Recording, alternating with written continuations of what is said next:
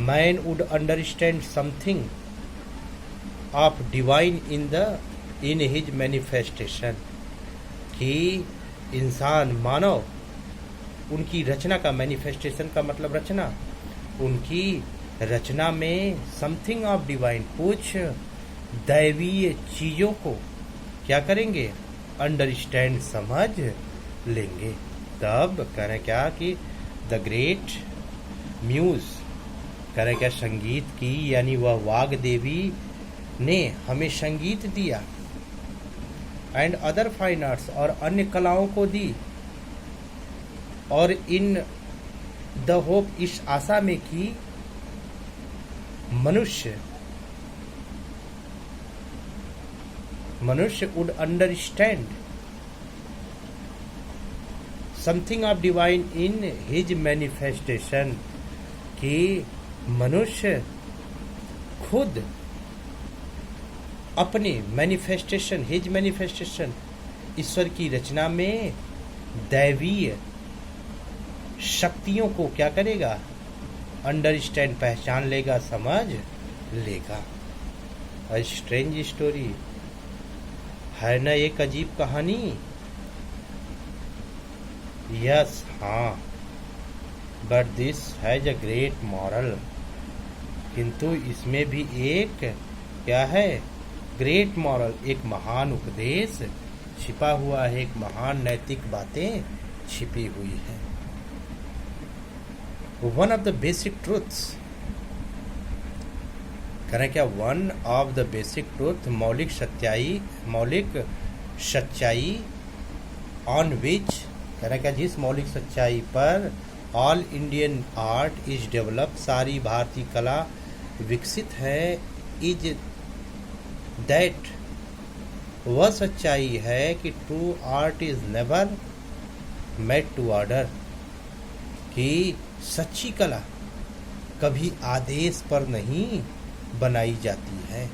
कह रहे क्या कि the one of the basic truths on which, कह रहे क्या कि जिस मौलिक सच्चाई पर ऑल इंडियन आर्ट, सारी भारतीय कला क्या है, इज डेवलप्ड, विकसित हैं, इज दैट, वह यह है कि true art is never made to order, कि वास्तविक कला आदेश देकर के नहीं बनाई जाती है। इट कम्स, यह तो आती है, यह तो निकलती है, एज द रिजल्ट ऑफ, के परिणामतः, और किसके, इररेसिस्टिबल, अपने आप निकलने वाली, इनर अर्जेस, आंतरिक अर्ज मतलब प्रेरणा, तो यह इररेसिस्टिबल, निरंतर निकलने वाली आंतरिक प्रेरणा के परिणामतः निकलती है। यानी आंतरिक प्रेरणा का मतलब जो अंदर से निकलती है, उसी के परिणामतः वास्तविक कला निकल करके आती है। We hear a song of Tyagarajan, हम त्यागराजन के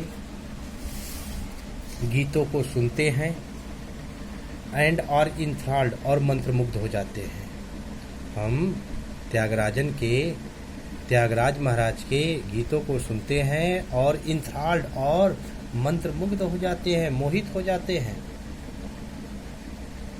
we see majestic temple tower, हम विशाल मंदिरों के इमारतों को देखते हैं, हम ऊंचे ऊंचे मंदिरों के इमारत को देखते हैं, एंड गेज ऑन इट, और उसको देखते ही रहते हैं, विथ वंडर, आश्चर्य से, और आश्चर्य से उसे देखते ही रहते हैं।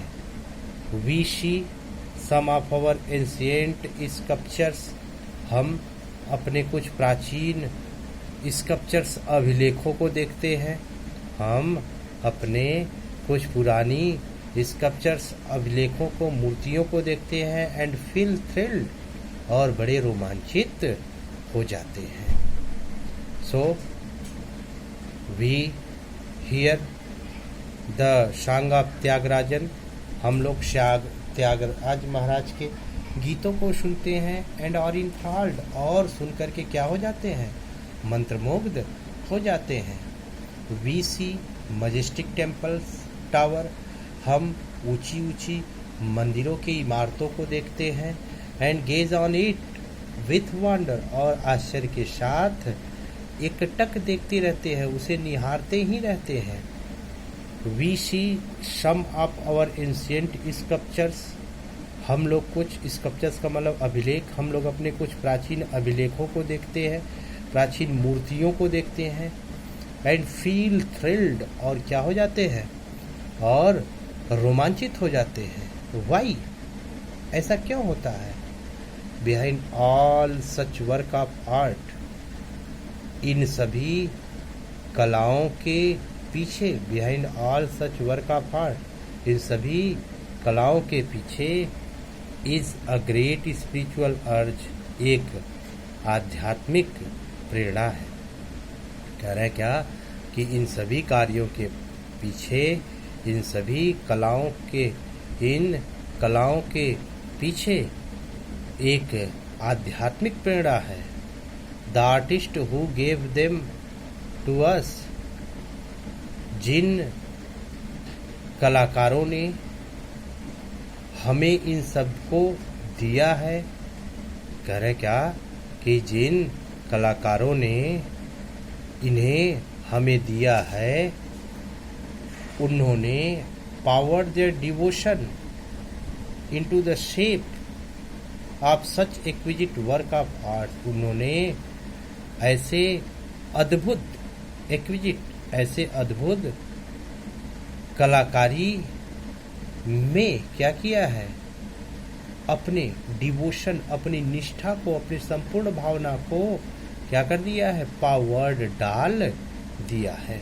The artist who gave them to us, जिन कलाकारों ने हमें इसे दिया है, उन सभी कलाकारों ने poured their devotion into the shape of such exquisite work of art. कह रहे क्या कि ऐसे अद्भुत कलाकारी को द शेप, आकार देने में अपनी पूरी निष्ठा, डिवोशन, अपनी पूरी निष्ठा क्या कर दी है, डाल दी है। It was an act of self effacing devotion. कह रहे क्या कि यह तो एक कार्य है, और वो किसका, सेल्फ, स्वयं, इफेसिंग, समर्पण का। सेल्फ इफेसिंग डेडिकेशन का मतलब स्वयं समर्पित, समर्पण का। यह तो स्वयं समर्पित प्रेरणा का एक कार्य है, अर्थात यह एक आत्मसमर्पण का कार्य है, एक आत्मसमर्पण का यह कार्य है। आगे हम लोग जो है नेक्स्ट पैराग्राफ में देखेंगे, नेक्स्ट वीडियो में।